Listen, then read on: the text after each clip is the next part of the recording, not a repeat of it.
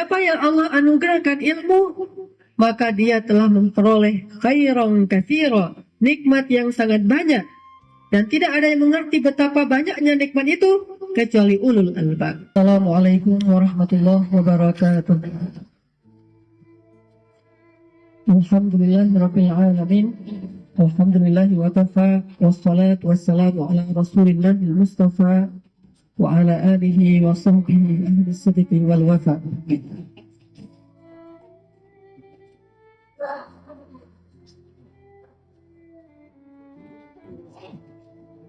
Ikhwati fillah,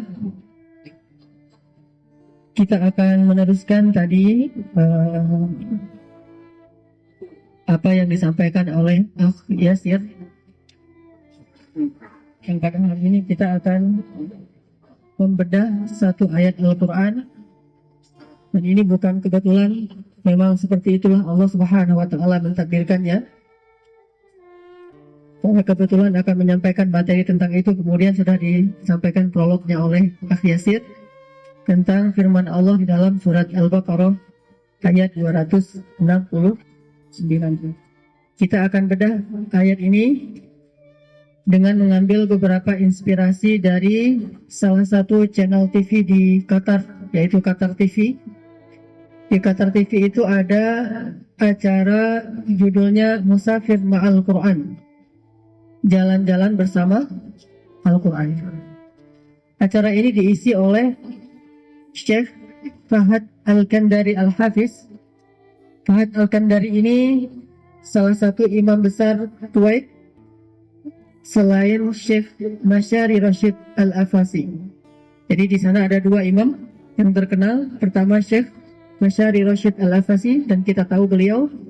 Yang kedua Syekh Fahad Al-Kandari, dan mungkin sebagian kita sudah pernah mendengar tilawah beliau yang luar biasa, juga sangat lembut iramanya dan sedih.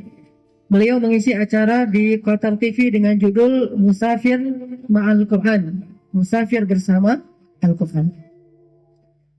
Di dalam acara itu yang ada sekitar 20 episode, saya setiap malam mengikutinya jam 8 malam kalau waktu Indonesia.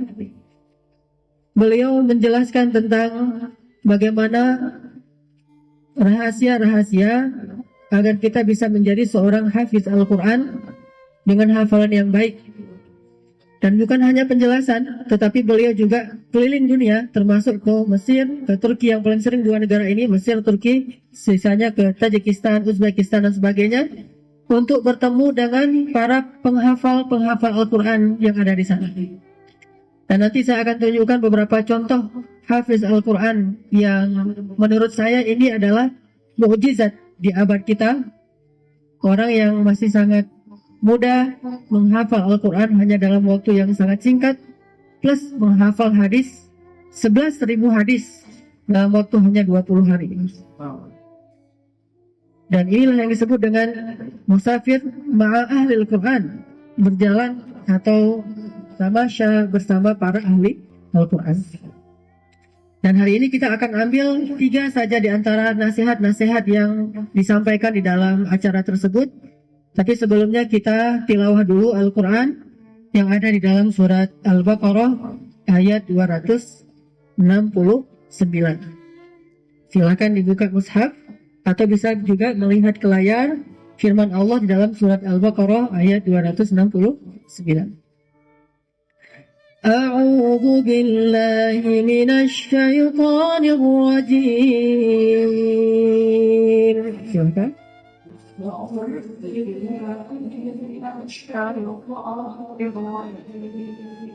Bismillahirrahmanirrahim.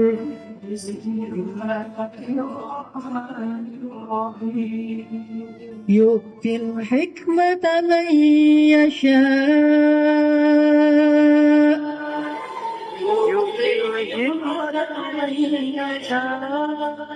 ومن يؤت الحكمة فقد أوتي خيرا كثيرا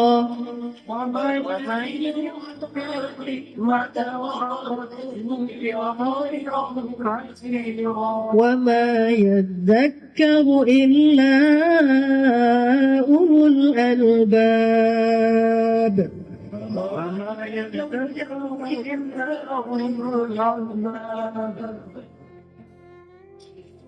Diberikan hikmah ini kepada siapa yang Dia kehendaki, dan siapa yang Allah berikan hikmah, maka dia telah memperoleh kebaikan yang sangat banyak, dan tidak ada yang dapat mengambil pelajaran kecuali orang-orang yang memiliki akal dan hati.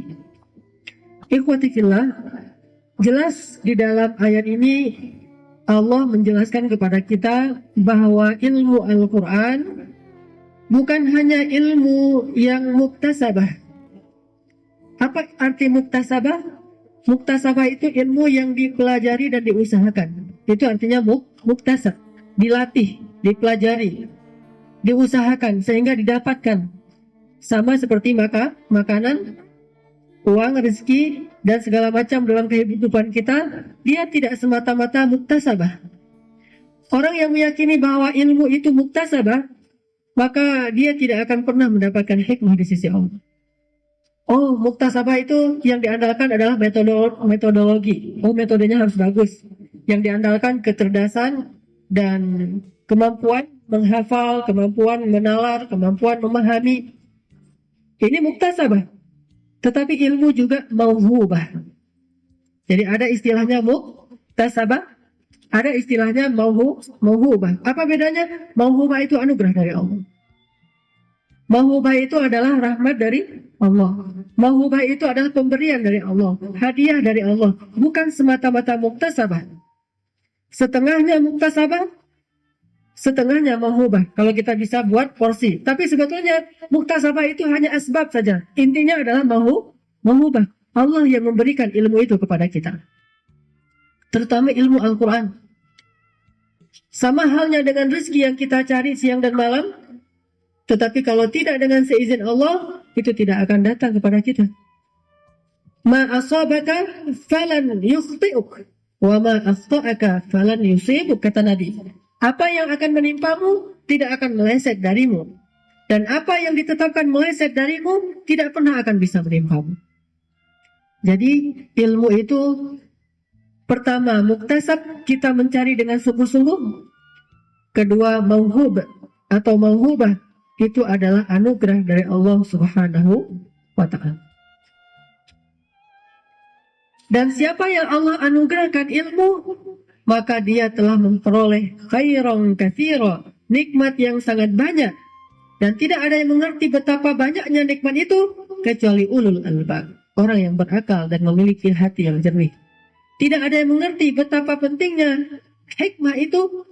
Tidak ada yang mengerti khairan katsira itu, tidak ada yang mengerti tentang mauhubah dan anugerah dari Allah itu kecuali orang yang berakal.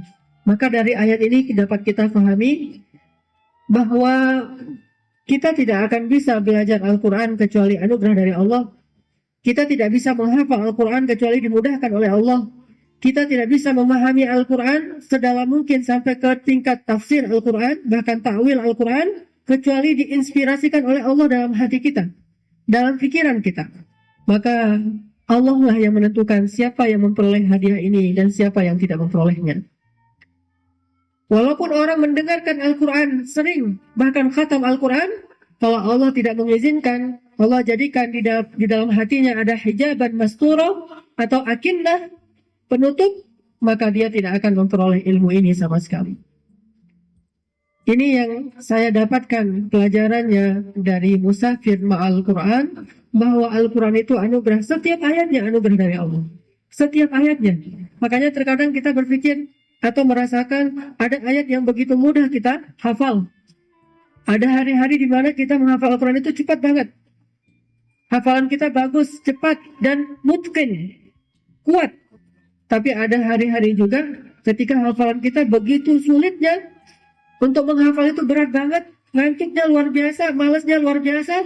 Untuk melewati satu halaman aja itu lama sekali. Kenapa? Bukan soal kita sudah mencoba atau belum, tapi soal Allah berikan atau tidak kepada kita. Setiap ayatnya itu dari Allah. Setiap ayatnya itu Allah yang turunkan. Pertama Allah turunkan kepada hati Nabi Muhammad, kemudian Allah turunkan kepada hati para sahabat, kemudian Allah turunkan kepada hati orang-orang yang Allah pilih di antara umat Nabi Muhammad, termasuk di antaranya kita. Allah pilih di antara kita siapa yang akan diberikan 100 ayat, 50 ayat, 10 ayat, 1 ayat. Itu suka-suka Allah. Namanya mauhub. Allah yang memberikan. Ada yang dikasih, kamu ambil satu Quran 30 juz. Ada yang dikasih 30 juz, setengah dari 30 juz itu artinya 30 juz huruf, 30 juz Al-Quran, tetapi maknanya setengah. Amalannya setengah. Fahamnya setengah. Ada yang diberikan semuanya. Dia hafal 30 juz Al-Quran, dengan 30 juz itu 10 cara baca, 10 qiraah, dengan menghafal hadis-hadis yang menunjang pemahaman Al-Quran, semuanya dikasih, ambil semuanya. Ini orang yang benar-benar memperoleh khairan katsira dari Allah. Makanya beda-beda Allah memberikannya, tergantung keridhaan Allah kepada orang itu. Kalau Allah ridha kepada kita, Allah berikan banyak, sama kayak rezeki. In syakartum la'azidannakum. Allah yang memberikan rezeki, yarzuqu man yasha. Allah yang memberikan kerajaan, yu'til mulka man yasha. Allah yang memberikan kemuliaan, yu'izzu man yasha. Allah pula yang menghinakan seseorang, wa yudhillu man yasha. Semuanya itu di sisi Allah Subhanahu wa taala. Maka ilmu, terutama Al-Qur'an, bukan hanya semata-mata muktasab. Dicari, diusahakan, dipelajari, dicari bagaimana metodenya, lingkungannya, segala macam. Bukan hanya itu, tetapi ilmu juga mauhub, anugerah dari Allah. Kalau Allah yang kasih anugerah itu, kadang-kadang kita tercengang-cengang kita. Kok bisa? Kok bisa kalau dijawab dengan akal kita? Nggak ada jawabannya. Tapi kalau dijawab dengan iman, ya bisa. Karena ini anugerah dari Allah, bisa saja diberikan kepada may yasha, siapa yang Allah kehendaki. Sekarang kita cari tahu beberapa ilustrasi di Mesir, anak-anak yang hafal Al-Quran, dan Allah bukan hanya memberi mereka huruf-huruf Al-Quran, tetapi juga ilmu hikmah dari Al-Quran. Pertama, yang tadi saya sampaikan, namanya Syarif Sayyid. Anak Mesir, kalau sekarang dia sudah berusia sekitar 11 atau 12 tahun, namanya Syarif Sayyid, bisa cari nanti di YouTube. Apalagi kalau ngetiknya pakai bahasa Arab, itu cepat langsung keluar, Syarif Sayyid. Anak ini, dia usianya 6 tahun dulu, menghafal Al-Quran baru 4 juz. Jadi dari usia 4 tahun dia belajar Al-Quran sampai 6 tahun, 2 tahun cuma menghafal berapa? Cuma 4 juz, nggak lewat-lewat dari 4 juz. Dia belajar lagi 4 juz, nggak bisa lewat dia nggak kuat. Dia pas mau nambah hafalan, murajaahnya bingung, nanti lupa lagi yang di belakang. Cuma 4 juz saja yang dia hafal. Tapi kemudian dia bertemu dengan seorang syekh yang hafal Al-Quran dengan 10 qiraat. Lalu syekh ini mengatakan, ya Syarif, kamu belajar di sini. Awalnya dia belajar dengan orang tuanya, dikasih ke syekh, ke sebuah maktab. Akhirnya dia belajar kepada syekh ini. Dalam hanya kurang lebih 6 bulan, dia hafal 26 juz yang tersisa. 6 bulan, 2 tahun lebih dia belajar cuma dapat 4 juz. Tapi 6 bulan kurang, dia mendapatkan 26 juz. Bahkan bisa disebut 30 juz, karena 4 juz yang dia hafal dulu itu tidak mungkin, tidak kuat hafalannya, dan tidak bagus cara baca dan wakafnya, tidak ada riwayatnya. Sekarang 30 juz dengan riwayat. Dia wakaf di tempat Jibril wakaf. Dia ibtidak di tempat Jibril ibtidak. Bagaimana Jibril membacakan ayat itu kepada Nabi, begitu dia baca. Disebut dengan riwayat Al-Quran. Beda dengan kita kalau belajar Al-Quran kan nggak pakai riwayat nih. Yang penting udah bisa tahsin, udah hafal Quran, disebut hafiz. Kalau di Arab tidak boleh disebut hafiz sebelum dia dapat ijazah minimal 1 riwayat saja. Minimal 1 qiraat. Kenapa riwayat? Biar dia tahu di mana Jibril wakaf, bagaimana cara Jibril membaca kalimat itu. Misalnya wahwa ala kulli syai'in qadir. Gimana Jibril baca wahwa ala kulli syai'in qadir? Kita bebas saja. Wahwa ala kulli syai'in qadir. Padahal Jibril bacanya kemana? Wahwa ala kulli syai'in qadir. Wahwa, hunya dinaikin, bukan wanya yang ditekan. Ini semuanya cara baca Jibril, dan ini dipelajari dalam ilmu riwayat. Mereka menghafal kitab matan. Matan itu kayak syair, tapi isinya tajwid. Kalau kita kan tajwid kita gampang di metodenya. Ada pakai warna, ada katanya huruf tentara, ada huruf presiden, ada huruf rakyat, kan macam-macam tuh metode di Indonesia nih. Kalau di sana dia hafalnya matan. Matan itu tebalnya sampai ratusan lembar. Dia hafal dalam bentuk syair, isinya nun kalau ketemu ini, hafal semuanya. Dia hafal itu dalam waktu hanya 6 bulan. Syarif Sayyid. Setelah selesai dia hafal Al-Quran dengan satu riwayat 6 bulan, bapaknya bertanya, ma ba'dal Quran. Terus kalau udah selesai Al-Quran apa lagi? Kayaknya udah selesai itu. Karena ini adalah puncak menurut bapaknya. Apa kata Syekhnya Syarif? Dia justru baru mulai, bukan udah selesai. Dia justru baru mulai. Bapaknya pikir udah selesai setelah Al-Quran. Kata Syekhnya belum, ini baru mulai. Sehingga akhirnya dia diajarkan 10 qiraat Al-Quran. 10 riwayat. Satu qiraat sekurang-kurangnya ada 2 cara baca. Maka kalau 10 kali 2, 20 cara baca Al-Quran dikali 30 juz. Sama sekali berbeda. 30 kali 20. Berapa juz? 600 juz. 600 juz dia hafal Al-Quran. Kenapa saya bilang 600? Karena bacanya beda. Dan tidak boleh dicampur antara satu riwayat dengan riwayat yang lain. Mad jaiz yang munfasil dengan mad wajib muttasil, di riwayat ini bacanya gimana? Di riwayat itu bacanya gimana? Itu beda-beda.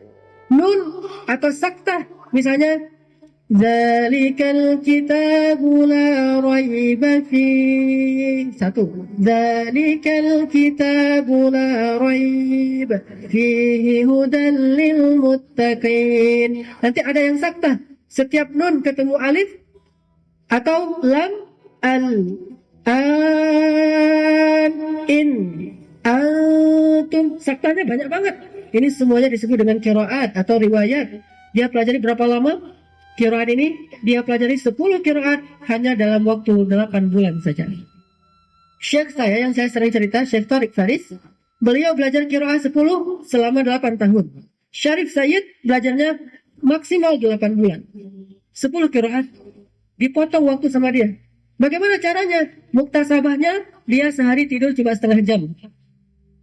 Sehari tidurnya cuma setengah jam. Setengah jam lagi untuk makan, minum, dan segala macam. 23 jam lagi hafal Al-Quran. 20 jam menghafal, 3 jam setoran hafalan. Sehari, selama 8 bulan kurang lebih.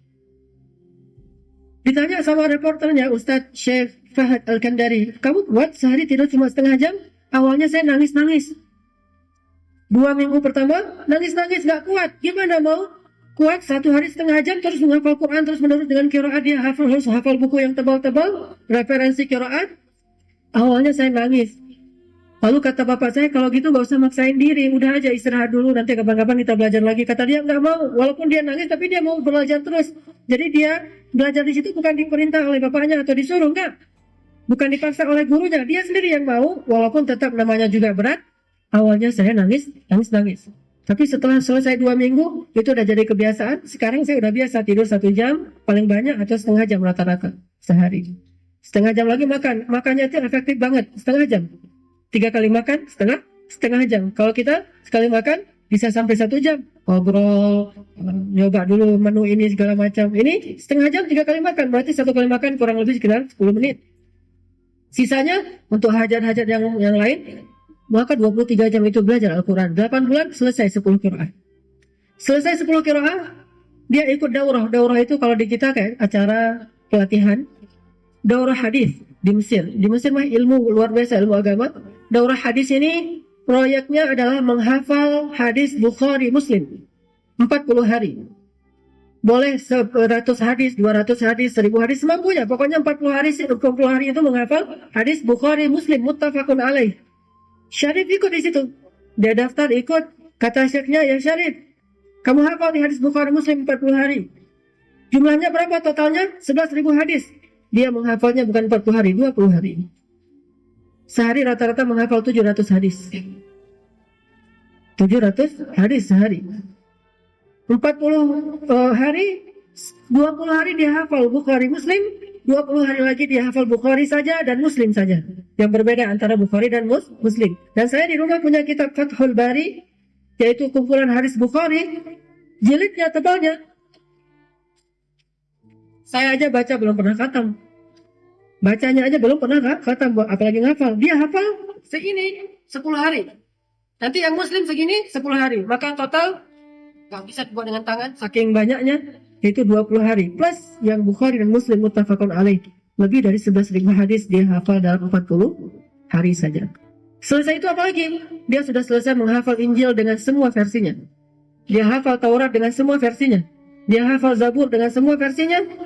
Kemudian sekarang dia sedang mempelajari ilmu tafsir dengan semua tafsirnya. Bukan mempelajari baca, hafal. Karena sekali dia buka, dia hafal. Kalau saya pernah cerita Imam Syafi'i, kalau baca sekali langsung hafal, ini Imam Syafi'i tahun 2013. Baca langsung hafal, baca langsung hafal. Dan anaknya nggak tertekan dengan ilmu yang banyak gini. Masa kecilnya dihabiskan untuk belajar, enggak. Kemana-mana senyum, wajahnya enak dilihat, orangnya bijaksana, dewasa, namanya juga Syekh. Dulu, dia mencari guru untuk belajar Al-Quran. Sekarang dia tidak menemukan lagi guru untuk bisa belajar kepada seseorang. Kenapa? Nggak ada lagi guru yang bisa ngajarin dia ilmu. Yang hidup, sudah ada, nggak ada lagi yang bisa mengajarkan dia. Karena dia sekarang mengisi acara-acara yang banyak di Arab, di channel Iqra, di channel Al Jazeera, di banyak channel, dia isi acara Halaqah Al-Quran. Anak ajaib judulnya, ulama cilik. Bukan cuma bisa ngomong ceramah, bukan. Memang ulama cilik, banyak ilmunya, sehingga tidak ada lagi orang yang bisa mengajarkan dia ilmu agama kecuali baca dari kitab-kitab klasik yang terdahulu. Kalau sekarang udah nggak ada, semuanya udah setara. Udah kelasnya setingkat dengan para profesor Al-Azhar. Tapi hanya dalam waktu kurang lebih sekitar 2 tahun saja. Kita lihat adegan dia ketika dia diwawancari. Saya masukkan ke dalam Powerful Tilawah, Syarif Sayyid.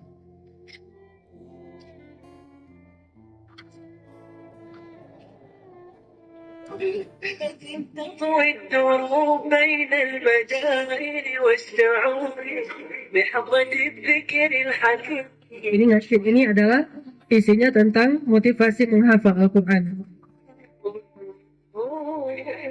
تطوي الدروب بين المجاري والشعور بحضرة الذكر الحكيم. Ini Syekh Fahad Al-Kandari, pembawa acara Musafir Ma'al Quran. ولحكايات الكتاب فقد أتينا كل باب نمضي على درب الصواب من قبل أن تجر الخطوب من قبل أن تجر الخطوب بين المدارك. فصل المشروع في هذه الدراسة. Ini adalah Syekh Fahad Al-Kandari dari Kuwait, Imam besar Masjid Kuwait selain Ustadz Al-Afasi. صعب علي أسأل منه. أنا أقول لك أخوكم ومحبكم فهد راح تفهمهم بإذن الله قوي، ولكن اعزم معاي بهذه الدراسة الجميلة والسهلة اللي راح أعطيك إياها بإذن الله تعالى.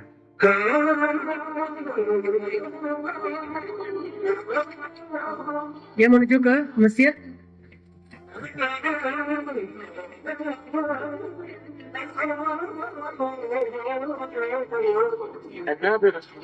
Nah, ini anaknya Syarif Sayyid. من أب بإذنه، وكيف أن تفرغه وحرصه على الحديث أبرز لنا شابا متميزا متقنا لحفظ القرآن. Ini Syarif Sayyid. إن شاء الله تبارك الله شيخ شريف يداشره، ولكن النقطة المهمة يعني أصبح دور الوالد مهم. طبعا نعم. لأن الوالد الأم لها بعض التحفيظ، لكن الوالد عليه دور أكبر. الوالد يقوم، الوالد كيف يتعامل مع ابنه، هو عامل أساسي في تحفيظ الولد، كما أنه كان يحفزني ويشجعني لحفظ القرآن الكريم. على مسار Ini ayahnya. اتصل مع والدته في الآيات القصيرة، بعد كده والدته ودته المسجد نتعلم على إيه فضيلة الشيخ عبد الكريم فترة كده بتاعت. Dia menceritakan apa yang tadi saya kisahkan, bahwa awalnya ayahnya ini ما كانش في ketika Syarif belum lahir, ayahnya berdoa, ya Allah, anugerahkanlah kepadaku seorang anak yang akan menjadi salah seorang ulama besar pada zamannya. Ini doa ayahnya. Kemudian ketika ibunya hamil, yaitu mengandung Syarif, ayahnya bermimpi bahwa beliau berada di sebuah taman apel, di sebuah kebun apel. Banyak sekali buah apel, tapi ada satu buah apel yang begitu besar ukurannya dan begitu random sampai dia rendah sekali, bisa dipetik dengan tangan. Kemudian Sayyid, Pak, bapaknya Syarif, memetik apel tersebut di tengah-tengah kebun apel. Dan takbir dari mimpi tersebut adalah Allah anugerahkan kepadanya sebuah apel yang menjadi ilustrasi tentang Syarif Sayyid, anak yang menjadi hafiz Al-Quran sebagaimana doa dari ayahnya. كافي مننا يعني كل واحد مشغول بتجارته مشغول ببيته مشغول. Dia bilang ketika anak ini masih kecil, saya tidak peduli dengan pendidikan Al-Qurannya kecuali ya sewajarnya saja karena saya sibuk dengan bekerja. Sehingga dia belajar Al-Quran bersama ibunya, hafal 4 juz tapi tidak naik-naik, tidak nambah-nambah. Ketika diberikan kepada Syekh, akhirnya dia bisa survive. فاستبسم فيها قليلا ثم أرسل إلى والدي. الشيخ بعت له في يوم من الايام وقال لي الولد امكانيات الحفظ عنده حلوه وعاوزك تراعيه من جيرانه. Syekhnya ini seorang pencari bakat, hafiz Al-Quran yang tahu bakat-bakat menghafal Al-Quran. Kemudian Syekhnya mengetes Syarif Sayyid dengan menyuruh hafal syair yang sangat panjang. Biasanya anak-anak lain ngafalnya seminggu, dia ngafalnya cuma dalam 20 menit saja. Ya Syarif, kamu hafal ini, nanti kalau sudah selesai datang ke saya. Dipikir sama Syekh ini, beberapa hari nanti baru datang, enggak. Dia duduk sebentar di belakang Syekh ini, kemudian dia katakan, Syekh, saya sudah hafal. Yang anak lain ngafalnya beberapa hari, dia ngafalnya nggak sampai setengah jam. Syekh, saya sudah hafal. Kata Syekhnya, nggak mungkin. Tapi saya sudah hafal. Coba kamu diperdengarkan syair itu, syair tentang kasidah tentang Al-Quran. Akhirnya Syekh ini paham anak ini punya mauhub. Allah memberikannya anugerah khusus untuk menghafal Al-Quran. Sehingga dia dimintai ke orang tuanya, ya Pak Sayyid, boleh saya jadi guru anak ini? Jadi Syekhnya sendiri ya ingin supaya jadi guru anak ini, akhirnya dia bisa hafal. يا سمرة كويس. فاستجبت لطلبه وقعدت معاه فترة كده فبدأت إن أنا أحط برنامج معين فلقيت الثمرة بتأتي يعني. أنا بدأت كان عمره أنا انتهيت من الحفظ القرآن. أنا عندي 7 سنين و8 أشهر. 7 سنين و9 أشهر أنا كنت منتهي من التجويد. تحفة الأطفال والجزائرية. تمام. بدأت أنا بقى في القراءات. في القراءات بدأت 7 سنوات. لما بدأت في القراءة؟ يعني تقريبا أنا بدأت بعد ذلك في القراءات. كنت أجلس مع شيخي. أولا بدأ معنا أنه كان يجلس معنا من العصر إلى الفجر. لكن هو كان عاوز Belajar qiraatnya kata dia minal asr ilal fajr. Belajarnya dari asar sampai subuh. Awalnya ini belum 23 jam. Baru setengah hari dari asar sampai subuh. Dia duduk bersama, dan syekhnya luar biasa, mau duduk bersama anak ini di masjid dari asar sampai subuh. Semalaman mereka cuma tidur setengah jam, kemudian ngafal Quran lagi sampai subuh. Kemudian bertambah porsinya sampai 23 jam. Awalnya dari asar sampai subuh, dan dia kuat. القراءات. كما أخذت القرآن في فترة قصيرة لأن بفضل الله حقق هذا الإنجاز. Ingat bahasa dia, karena udah punya ilmu, dia bilang semua ini fadlullah, anugerah dari Allah. Aku hafal Al-Quran dalam waktu yang singkat, semua ini karena anugerah dari Allah. Dia tidak mengatakan karena aku pintar, karena gurunya hebat, metodologinya bagus. Nah, fadlullah. Inilah inti dari pembicaraan kita. Yu'til hikmata man yasha. Suka-suka Allah mau ngasih ke siapa. Makanya dia bilang bifadlillahi ta'ala. في القراءات في فترة قصيرة. في القراءات تقف في 8 سنين. فهو أعلن وظن كثير من الطلاب أنه سيكتب القراءات في 6 أشهر. فبدأنا. Berarti bukan 8 bulan. Maksud saya tadi, saya lupa, 6 bulan. Belajar 10 qiraat. Dan syekhnya sudah menebak. Ini anak bisa 10 qiraat dalam waktu 6 bulan. Makanya kata syekhnya, ya Syarif, kamu bisa ngambil qiraat dalam 6 bulan? Kata Syarif, insya Allah. Murid-murid syekhnya yang lain 8 tahun ngambil qiraat ini. Ya Syarif, kamu mau mengambil qiraat ini memecahkan rekor 6 bulan? Kata Syarif, insya Allah. Akhirnya dia belajar, makanya syekhnya membantu 23 jam, selesai 6 bulan qiraat yang 10. كان يأخذ أولا من العصر إلى منتصف الليل ثم من العصر إلى الفجر إلى أن وصلت. كنت بأخذ 20 ساعة في المذاكرة و3 ساعات تحضير لأن طبعا القراءات جمعا. Dia bilang, pertama dari asar sampai tengah malam. Kemudian dari asar sampai subuh. Kemudian dari asar sampai zuhur. Kemudian dari asar sampai asar. Full. Selama 6 bulan. 20 jam saya menghafal, 3 jam saya store kepada syekh saya, 1 jam lagi untuk tidur dan makan. Setengah jam. غير إفرادا اقرأ برواية كذا فليست محتاجة لكن جمعا هذا الأول هذا قليل الأول بعد كده ابن كثير. فكنت بحضر في 3 ساعات ونصف ساعة نوم ونصف ساعة طبعا هو كانت في البداية محرقة لكن بفضل الله نهايته مشرقة بفضل الله. نعم، هو لا يأتي هذا العلم وهذا الوصول إلى هذه المكانة ما شاء الله، حفظ القرآن ب3 شهور، القرآن بإتقان. فذهبت يعني الوحي على الله. Ini dites bacaannya oleh Syekh Fahad Al-Kandari. Tidak ada kesan tertekan, kesan capek menghafal Al-Quran ketika masa kecil dihabiskan dengan belajar 23 jam. Ini tidak ada kesan apapun selain wajahnya berseri-seri dengan cahaya Al-Quran. Dia tersenyum, akhlaknya mulia. Bahkan nanti di adegan lain, saya kemarin pas nge-download nggak berhasil, nanti akan saya download lagi. Adegan ketika dia memohon doa kepada bapaknya sambil dia cium. Orang Arab kalau menghormati orang tua bukan cium tangan saja, dia cium keningnya, dia cium kening bapaknya, dia cium tangan bapaknya, dia bilang, ya bapak, doakan saya menjadi seorang ulama besar di zamannya. Sebagaimana doa bapaknya dulu ketika dia belum lahir. Ternyata itu Allah tanamkan dalam hatinya, kemudian dia katakan, ya bapak doakan supaya saya jadi salah satu ulama besar pada zaman ini. Sehingga kata bapaknya, ya Allah jadikan anak ini ulama besar di zamannya.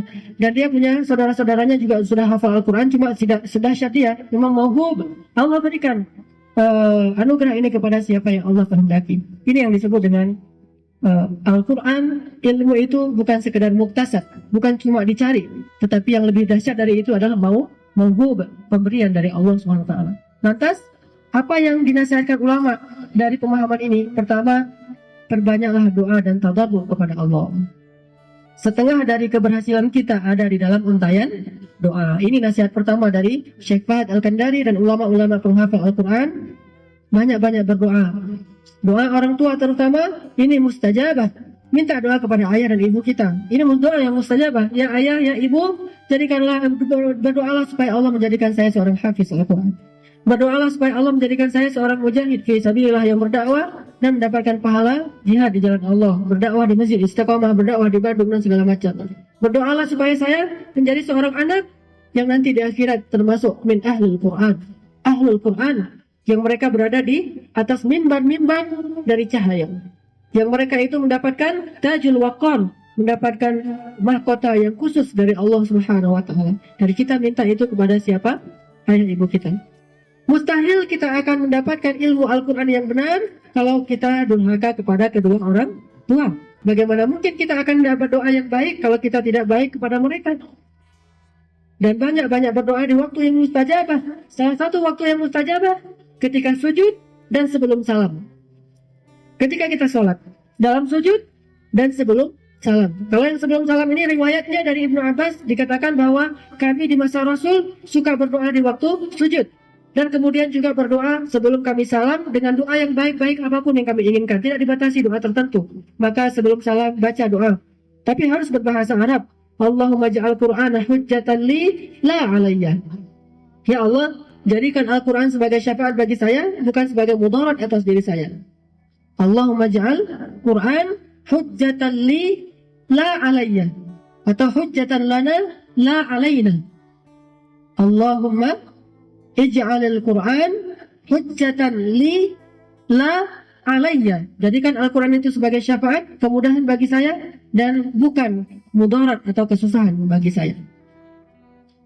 Atau berdoa Allahumma ja'alni min huffazil Quran atau min ahlil Quran. Ya Allah jadikan aku termasuk penghafal Al-Quran. Sekarang sejak saya tahu acara ini, setiap saya salat saya pasti mendoakan apa? Allahumma ja'al usratana min huffazil Quran. Ya Allah jadikan keluarga kami penghafal Quran semuanya. Saya, istri saya, anak-anak saya semuanya jadi penghafal Quran. Cucu saya, ya doanya Maryam, doanya istri Imran, doanya Zakaria, doanya Ibrahim, semuanya berhasil kan? Doa. Setengah dari keberhasilan kita itu ada di dalam untayan doa. Kalau kita yang sudah punya anak atau yang akan punya anak, masih bayi dalam kandungan misalnya, banyak-banyak berdoa, ya Allah jadikan anak ini hafiz Al-Quran. Dan jangan sekali dua kali, terus menerus. Doa itu dawam. Terus menerus, karena doa itu juga ibadah, pahalanya besar. Allahumma ja'al hadal gulam hafizal Quran. Allahumma ja'al hadal walad hadal bin hafizal Quran dan sebagainya. Ya Allah jadikan ini penghafal Al-Quran. Cari doa-doa yang solih, kemudian tambahkan di dalam sholat kita sebelum kita salam. Setelah kita baca innaka hamidum majid, kita baca Allahumma inni a'udzubika min azabi jahannam wa min azabil qabr wa min fitnatil mahya wal mamat wa min syarri fitnatil masihid dajjal, baru doa yang bebas. Selama ini kalau tahiyat, doa terakhirnya apa? Setelah innaka hamidun majid, salam, nah, setelah innaka hamidun majid masih ada doa 4 ta'awudz kan? Allahumma inni a'udzubika min adzabi jahannam 1. Wa min adzabil qabri 2. Wa min fitnatil mahya wal mamat 3. Wa min syarri fitnatil masih dajjal 4. Baru setelah itu mimma yasha, doa apa saja yang dia kehendaki yang bagus-bagus. Dan saya yang paling sering selain berdoa ya Allahumma ahsin khuluqi kama ahsanta khalqi, ya Allah perbaikilah akhlak saya sebagaimana Engkau memperbaiki dan memperindah wajah saya, maka perindahlah akhlak saya. Saya juga berdoa Allahumma ja'alni min hufadzil Quran. Ya Allah jadikan saya orang yang hafal Quran, bukan cuma hafal hurufnya, tapi hafal dengan maknanya dan amalannya sehingga benar-benar menjadi ahlul Quran.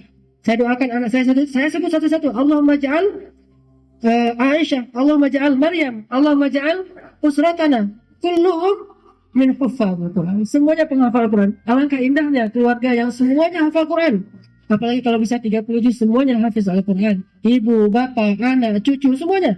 Nanti cari menantu juga hafal Quran, semuanya hafal Quran. Maka Allah akan berikan khairan katsira. Pasti dimudahkan urusan-urusan yang lain. Doa. Dan salah satu rahasia suksesnya Syarif Sayyid menghafal semua hafalan yang baik-baik ini karena doa dari ayahnya, doa dari ibunya. Kalau dalam kisah Maryam dan Isa itu buah doa dari neneknya Isa, yaitu istri Imran. Dan keluarga ini juga buah doanya Nabi Ibrahim.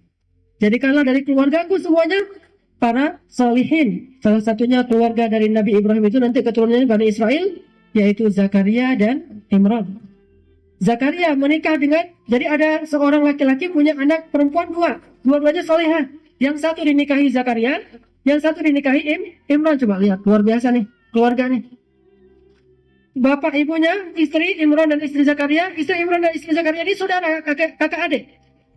Satu perempuan dinikahi Nabi Zakaria, satu lagi dinikahi orang soleh yang bernama Imran. Sehingga muncul lagi anak dari mereka, Maryam, muncul lagi cucu, maka disebutlah Isa dan Yahya itu sepupuan. Satu keluarga, semuanya hebat. Atau nanti yang di atasnya lagi ada Yusuf bin siapa? Bin Yakub bin Ishak bin Ibrahim. Coba bayangkan, 4 keturunan Nabi semuanya. Yusuf, dan ini bukan jauh enggak, langsung. Yusuf bin Yakub bin Ishak bin Ibrahim. 4 keturunan yang langsung ketemu dengan Nabi-Nabi semuanya. Ini doa Nabi Ibrahim, Rabbi habli minas salihin. Rabbi ja'alni muqimas salat wa min dzurriyyati. Rabbana wa taqabbal du'a. Rabbana hab lana min azwajina wa dzurriyyatina qurrata a'yun waj'alna lil muttaqina imama. Dan ini saya selalu manfaatkan terutama dalam waktu-waktu mustajabah. Salat ketika sujud sebelum salam. Atau hari Jumat setelah asar sampai maghrib. Ini waktu-waktu mustajabah. Hari Jumat setelah salat asar sampai maghrib mustajabah. Sepertiga malam terakhir mustajabah. Ini sekarang Ramadan mustajabah. Terus berdoa, banyak-banyak berdoa di bulan yang syahrul doa, bulan doa yang seperti sekarang ini, terutama nanti 10 malam terakhir, itikaf doa, ya Allah jadikan saya hafiz Al-Quran, jadikan saya hafiz Al-Quran, jadikan keluarga saya hafiz Al-Quran, walaupun hafalnya setengah Al-Quran, seperempat Al-Quran, sepertiga Al-Quran, yang penting hafiz Al-Quran. Kalau bisa, kehamilan, sempurna. Mungkin Allah beri satu di antara mereka yang sempurna, yang lain setengah, seperempat, sepersepuluh, yang penting hafal Al-Quran semuanya. Kita doakan ya Allah jadikan ibu bapak saya juga hafal Al-Quran. Kalau mereka dapat misalnya juz amma saja udah luar biasa tuh. 1 juz. Adik-adik saya hafal Al-Quran dapat setengah Al-Quran 15 juz. Saya hafal Al-Quran dapat sempurna. Subhanallah, semuanya hafiz Al-Quran. Dan ini keberhasilannya, rahasianya adalah perbanyak doa dan tadarruk. Apa tadarruk? Curhat kepada Allah, mengadu kepada Allah, bicara yang lembut kepada Allah. Idnada rabbahu nidaan khafiyya. Ini tadarruk, berdoa dengan suara yang lembut. Qala rabbi inni wahanal 'azmu minni washta'ala ar-ra'su shayba wa lam akun bidu'aika rabbi syaqiyya. Aku enggak pernah berputus asa memohon kepadamu ya Allah, kata Nabi siapa? Zakaria. Sesungguhnya istriku, sesungguhnya aku, sesungguhnya curhat. Ya Allah, aku lagi menghafal surat ini tapi begitu beratnya bagiku, mungkin banyak dosa, ampunkanlah dosaku, mudahkanlah ilmu ini. Allahumma inni as'aluka ilman nafi'a wa qalban khashi'a, wa rizqan thayyiba, wa amalan mutaqabbala, dan sebagainya. Minta kepada Allah, Allahumma sahil, yassir ya Rabbana, yassir. Anta muyassir, engkau lah yang memudahkan segala urusan. Rabbana atina min ladunka rahmah, wa hayyi' lana min amrina rasyada, waj'al lana min kulli dhiqin makhraja, wa min kulli hammin faraja, wa min kulli usrin yusra. Koleksi banyak doa-doa yang baik, sebagaimana kita mengkoleksi barang-barang kesukaan kita. Ada orang mengkoleksi perhiasan, ada orang mengkoleksi kaos, ada orang mengkoleksi jeans, ada orang mengkoleksi jilbab, ada orang mengkoleksi bros, ada orang mengkoleksi jam, ada orang mengkoleksi berbagai macam barang. Koleksi juga doa-doa yang solih yang berhubungan dengan masalah kita, sehingga kita bisa membacanya di dalam sholat, di dalam sujud, di sepertiga malam, di waktu-waktu mustajabah, di bulan Ramadan, di ketika i'tikaf, antara azan dan iqamah, antara dua khutbah, semua ini waktu mustajabah. Banyak doa. Ini rahasia dari Syarif Sayyid. Selanjutnya, mungkin satu adegan lagi kita lihat seorang anak yang buta, juga di Mesir, hafal Al-Quran dalam waktu kurang lebih 2 tahun. Oh enggak sampai 2 tahun, 1 tahunan dia hafal Quran. Yang luar biasanya lagi, ketika ditanya sama Syekh Fahad Al-Kandari, apa kamu pernah berdoa supaya Allah berikan kamu mata? Kata dia, enggak pernah. Dan saya tidak mau berdoa diberikan mata. Kenapa? Saya bersyukur dengan Allah cabut penglihatan saya ini, maka Allah telah membebaskan saya dari salah satu sebab masuk saya ke dalam api neraka. Dengan Allah butakan mata saya, Allah hindarkan saya dari dosa-dosa mata. Maka saya bersyukur, nggak bisa ngelihat. Dan saya yakin seperti kata-kata Ibnu Qayyim Al-Jauziyah, dia mau taruh kata-kata Ibnu Qayyim Al-Jauziyah itu ditempel di dinding dia. Apa kata Ibnu Qayyim Al-Jauziyah? Jika Allah mencabut satu nikmat dari hamba, Allah berikan 2 nikmat dari sisi yang lain kepada orang itu. Dicabut nikmat mata, Allah berikan nikmat Al-Quran, dan itu bukan 2, lebih dari 2 berarti. Al-Quran, nikmat yang sangat banyak, khairun katsira. Inilah dia anak hafiz Al-Quran yang menghafal Al-Quran dengan susah payah dan diberikan anugerah oleh Allah SWT.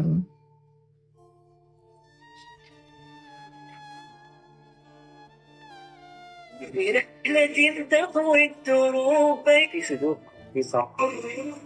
Ini anaknya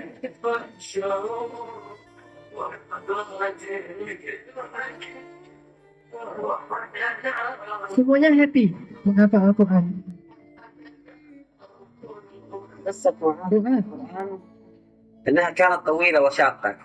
معاذ ما شاء الله بدأ يحفظ Namanya القرآن في Mu'adz. نصف القرآن، ولكن في نصف الطريق معاذ أصيب بمرض. ما هي قصة هذا المرض؟ كنت في مسابقة Kata dia, مع النظام النحوي. saya pernah ikut acara musabaqah namanya musabaqah seruling emas. Artinya suara dia bagus, makanya ikut musabaqah seruling emas. نعم. حسن بعد تسمعنا إن شاء الله بصوت الفجر. نعم أكبر. وبعد ذلك يعني طلعت على التلفاز. بعد ذلك أتاني هذا المرض. Saya lagi menghafal Al-Quran, تدهور. baru sekitar 6 juz saya hafal Al-Quran, tiba-tiba saya datang penyakit. Penyakitnya itu batuk yang begitu berat sampai saya tidak bisa bicara, sampai saya panas tinggi gara-gara batuk ini. Ketika saya sedang memperdengarkan bacaan Al-Quran saya kepada syekh saya, tiba-tiba datanglah penyakit batuk ini. Saya batuk terus-menerus, nggak bisa ngetor hafalan. Kata syekh saya, Mu'adz, kembalilah ke rumahmu. Nanti kalau udah sembuh baru kamu datang lagi ke sini. Berapa jarak antara rumah dia dengan syekh ini? Jaraknya sekitar lebih dari 3 kilo. Dia jalan kaki untuk belajar Al-Quran. Bapaknya sibuk dengan bekerja, ibunya sibuk juga. Akhirnya dia jalan kaki sendiri, kurang lebih sekitar 3 kilo. أبدا لم تذهب إلى الشيخ وأنا أمسك مصحف Akhirnya dia lebih dari 6 bulan tidak datang ke masjid itu lagi karena dia sedang sakit yang luar biasa. Dan dia lupa dengan bacaan Al-Quran yang selama ini dia hafal karena menanggung sakit yang berat. هاي خلاص.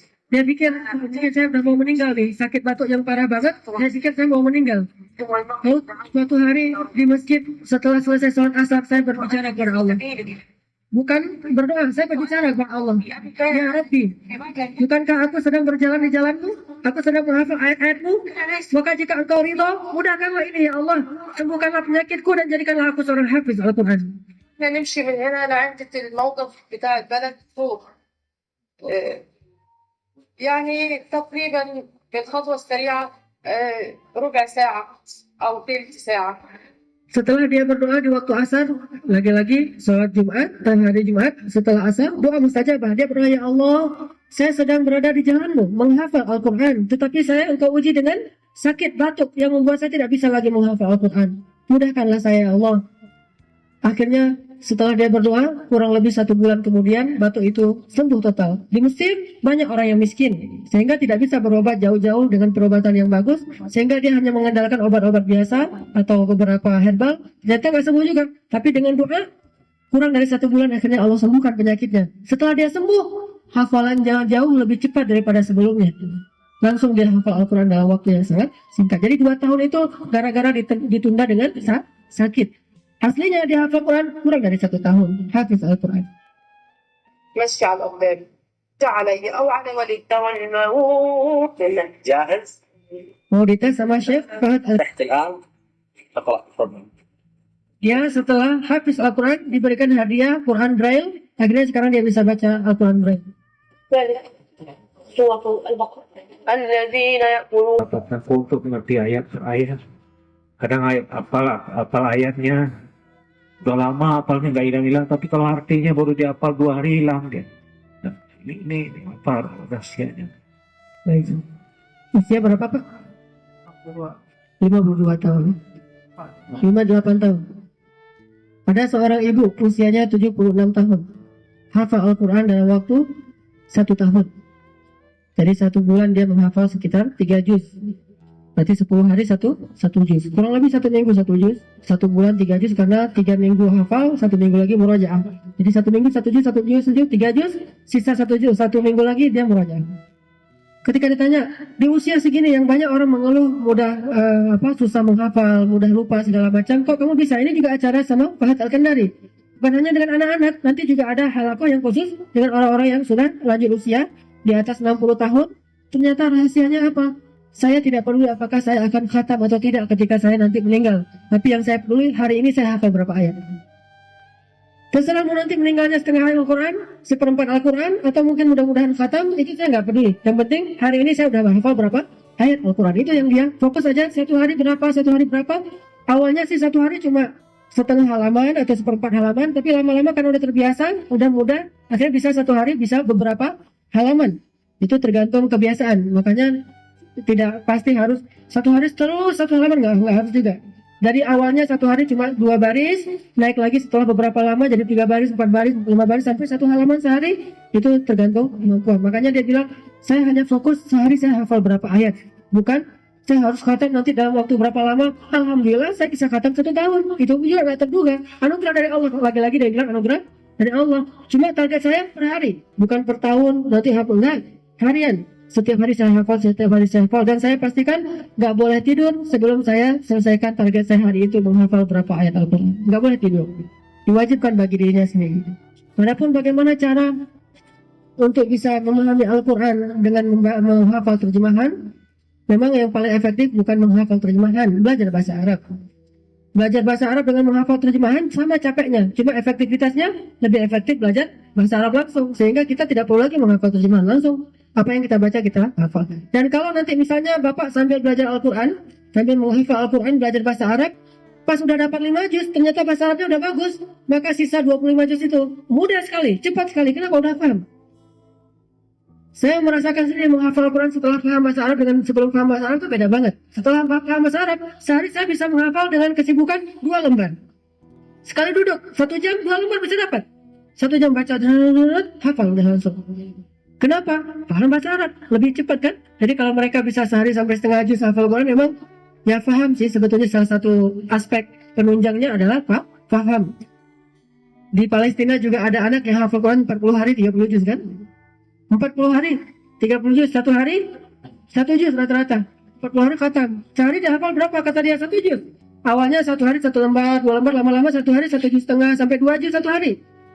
Daurah ketika musim panas kayak sekarang nih di Palestina ada pelatihan menghafal Quran untuk anak-anak di masjid atau untuk siapa aja yang mau di Gaza, terutama di musim panas mengisi liburan. Biasanya mereka hafal Quran, terutama bulan Ramadan.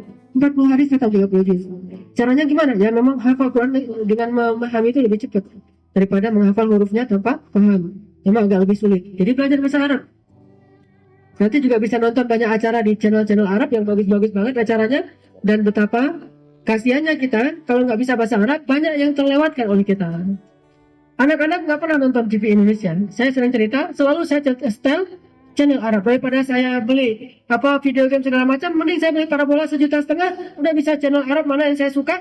Jam 8 itu acara halako yang kayak gini. Anak-anak senang, oh saya pengen jadi Syarif Said, kata anak saya. Saya pengen seperti yang tadi Muaz, sehingga dia hafal Quran senang, belajar bahasa Arab sedikit-sedikit. Kalau saya bicara rahasia dengan istri saya, dia udah ngerti. Kadang-kadang ngomong yang nggak boleh mereka dengar pakai bahasa Arab. Mereka ngerti. Ngomong ini ya kata Aisyah. Berarti udah sering dipakai di rumah. Dan tips belajar bahasa Arab, jangan belajar grammar dulu. Pasti putus asa. Jangan belajar grammar dulu. Pasti akan putus asa. Bukan ini apa. Banyak yang kayak gitu. Tapi langsung belajar conversation. Langsung belajar muhadatsah, langsung belajar ngomong. Terserah salah-salah nggak apa-apa. Misalnya ana yadhabu ilal madrasah, yang aslinya ana adhabu jadi yadhabu, nggak masalah, salah-salah gitu. Grammarnya ntar aja. Udah setahun belajar, dah lancar ngomong, belajar grammar. Sama kayak anak kecil, belajar ngomong dulu aja. Baru belajar tata bahasa Indonesia, kelas 1 SD kan. Tapi 6 tahun pertama, dia belajar ngomong aja.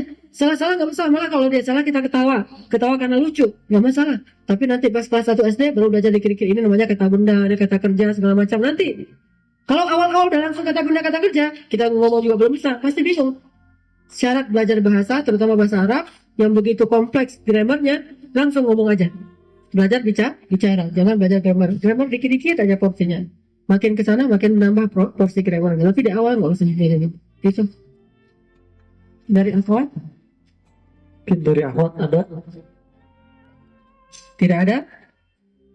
Baik.